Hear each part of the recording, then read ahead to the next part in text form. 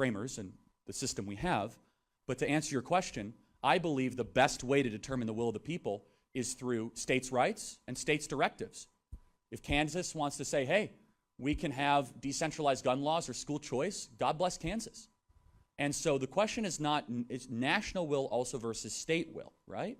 So we have to recognize that the values of someone in Kansas, in Manhattan, Kansas, is a lot different than the values of someone in Manhattan, New York. It's a lot different. And so through a democracy, it'd say, hey, the people of New York City want to have firearms confiscated. I don't think that dog's going to hunt in Manhattan, Kansas. Well, Kansas State University, so I don't know. But welcome back to my channel, guys. It's Clinton White here. So, guys, I'm checking out this Charlie Kirk video online. So, Charlie Kirk ruins entitled Leftist Snob. I think this video is actually going to be very heated. Some this kind of heated debates of Charlie Kirk. So, without wasting much time, let's check it out. Hello. So from your talk, I gathered that a big problem you have is the government representing the will of the people, and you believe it should do a better job at that, correct? If you say that, how can you support Donald Trump when he has lost the popular vote twice? Because we don't elect presidents using the popular vote. Okay. I mean, he's actually talking about. Yes, he's but always you talking said you about have an issue democracy with the stuff. government not representing the will of the people. So if you personally have an issue with that, then why do you support him if that is not the will of the people? Right. So will and majority are two different things. Okay. Right. So are we a democracy? Yes. You're not here. Are we a democracy? Should we be? No, but are we? Why should we not be? Is that not a core fundamental point of American society? No. I think he was going to talk about Anywhere in the democracy. Constitution?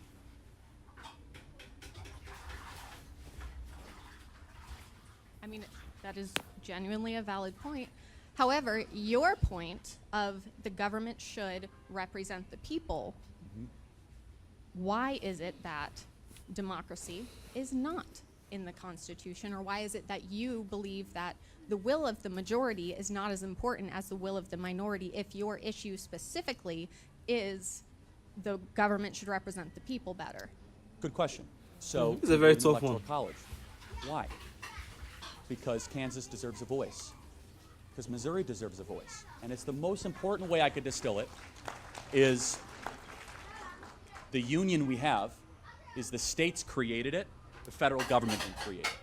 So the kind of price of admission is every state gets 2 senators, congressmen based on population, and then electoral votes based on that population. So you kind of get a mix of both. And it's also this tension. And I would ask the question, if we abolished the electoral college, do you think that the needs, wants, and interests of Missouri, Kansas, Iowa, North, South Dakota, Montana would be taken as seriously as New York and California? That would be my question to you. Do you believe that some citizens are more valuable than others? Because in our current system, some people's votes hold more sway than others, because people in like Wyoming who have smaller populations have more say than places like here in Missouri and Kansas. Why is this acceptable if it's, again, your issue is the will of the people? Because we're not a democracy. So a democracy is simple majoritarianism. So let me give you an example. In a democracy, by up or down vote, you could say, I want to enslave black people. A constitutional republic says, no, you're going to have to go through a process to do that. So let me ask you a question. Do you think the majority of the will of the people could ever be wrong? Yes. Okay. So Yes, founding of course. fathers knew it could almost assuredly be wrong, right? So the system of a republic versus a democracy is it has to be slow and arduous and intentional because it has a preference on liberty, right, not on free stuff. And so over a period of time, how do you best protect liberty? Well, you got to spread over all the representation over space and time, right? So you do it over a lot of states, a lot of square miles, a lot of acreage, and it takes a lot of time to take over the federal government, right? You have to win an election, and then an election, and an election. It's not impossible. We eradicated slavery. We gave women the right to vote. So it's possible to get change done. But the founding fathers were less concerned about getting progress done really quickly, and they were more concerned with the government doing bad stuff too quickly. Does that make sense? But that is not what you said. You Yeah. said that your specific problem is the government does not do the will of the people. Why is it that your will and what you want is more important than that of the majority? Well, it's not my will, it's the framers and the system we have. But to answer your question, I believe the best way to determine the will of the people is through states' rights and states' directives. If Kansas wants to say, hey, we can have decentralized gun laws or school choice, God bless Kansas. And so the question is not, is national will also versus state will, right? So we have to recognize that the values of someone in Kansas, in Manhattan, Kansas, is a lot different than the values of someone in Manhattan, New York. It's a lot different. And so through a democracy, it'd say, hey, the people of New York City want to have firearms confiscated. I don't think that dog's going to hunt in Manhattan, Kansas. Well, Kansas State University, so I don't know. But it allows, answer your question, it allows people that disagree with one another to live in the same nation. You see, a Republican-style government, small r, allows people that might agree on almost nothing to still engage in self-government while still having a national project to participate in. So to clarify it even more, it is a question of the consent to the governed. If it was just a democracy, it would be an up or down vote on every single person, and that's it. The Founding Fathers saw that fail time and time again. Athenian democracy. People just vote themselves stuff. So they said, we have to have some sort of system that realizes that if men were angels, government would not be necessary, but men are not angels, so we got to create some sort of government. Federalist 51, as Madison said. So we got to figure this out. So government is necessary, but we don't want to have too big a government, and people are just going to vote themselves stuff all the time. So how do we do that? Well, local is better than national. But you got to have some sort of a national influence, and so they created the great balance between Jeffersonian and Hamiltonian type philosophy, as we know, is the U.S. Constitution. And the one thing they all agreed on, though, is human nature. They knew that absolute power corrupts absolutely, and that people were likely to abuse it. So I would just kind of counter by saying the will of the people can be best expressed through a multi-state project. For example, I believe an election is much healthier and much more representative by requiring candidates to go to Iowa, Ohio, Michigan, Pennsylvania, and not just spending time on the coast. Because you know why? It might seem as if, oh, we don't need those flyover states. We don't need them. First of all, that's arrogant, prideful, and wrong. Yeah, How exactly are you going to feed your family, and where do you think the breadbasket of the world comes from? Yeah, The founders saw ahead. And final thing I'll say is this, is that it was Hamilton or it was Madison that said, we cannot have the tyranny of the cities over the farmers. And that's built into our system. Thank you for being here tonight. I got to get to the next question. Thank you.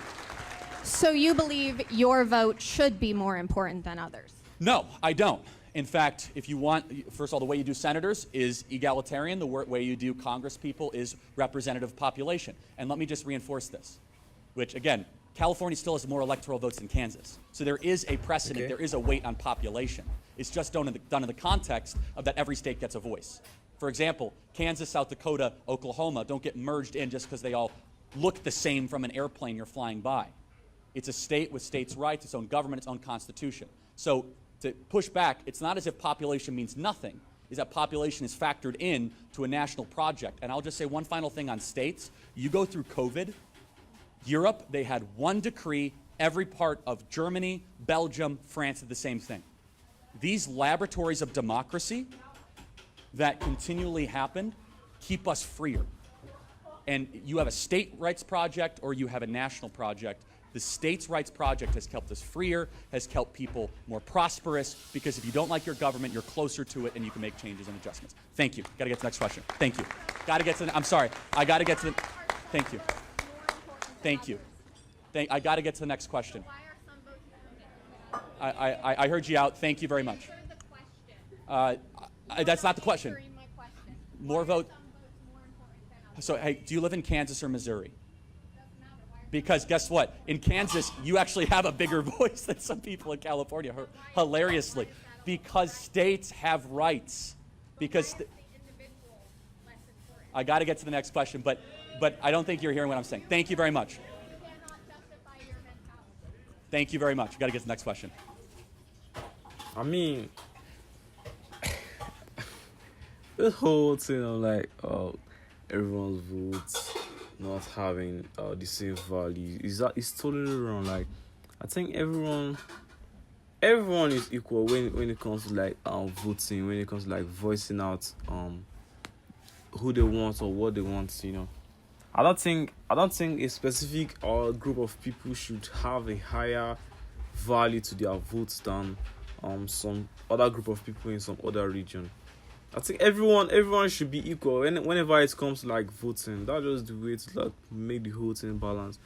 And pushing aside or making like he mentioned some of the states that are actually more into like country life, you know, the people that involve themselves in the farming production and keeping the country running, but no one's actually talking about them. People like lay their votes aside, like their votes are actually not important, but their votes are much more important. Not more important than other people, but like their votes is as well as important as every other voter.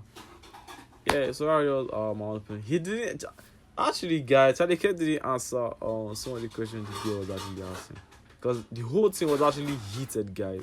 So it was very heated. Even I wouldn't be able to answer questions like that, but at least he tried. So yeah, let me know what you guys think about this down in the comments soon. Maybe you should have an answer for the lady, or why you think some individual votes are like more valid than other individuals. Anyway, don't forget to like this video, share, subscribe, and I'll see you guys in the next video. Peace.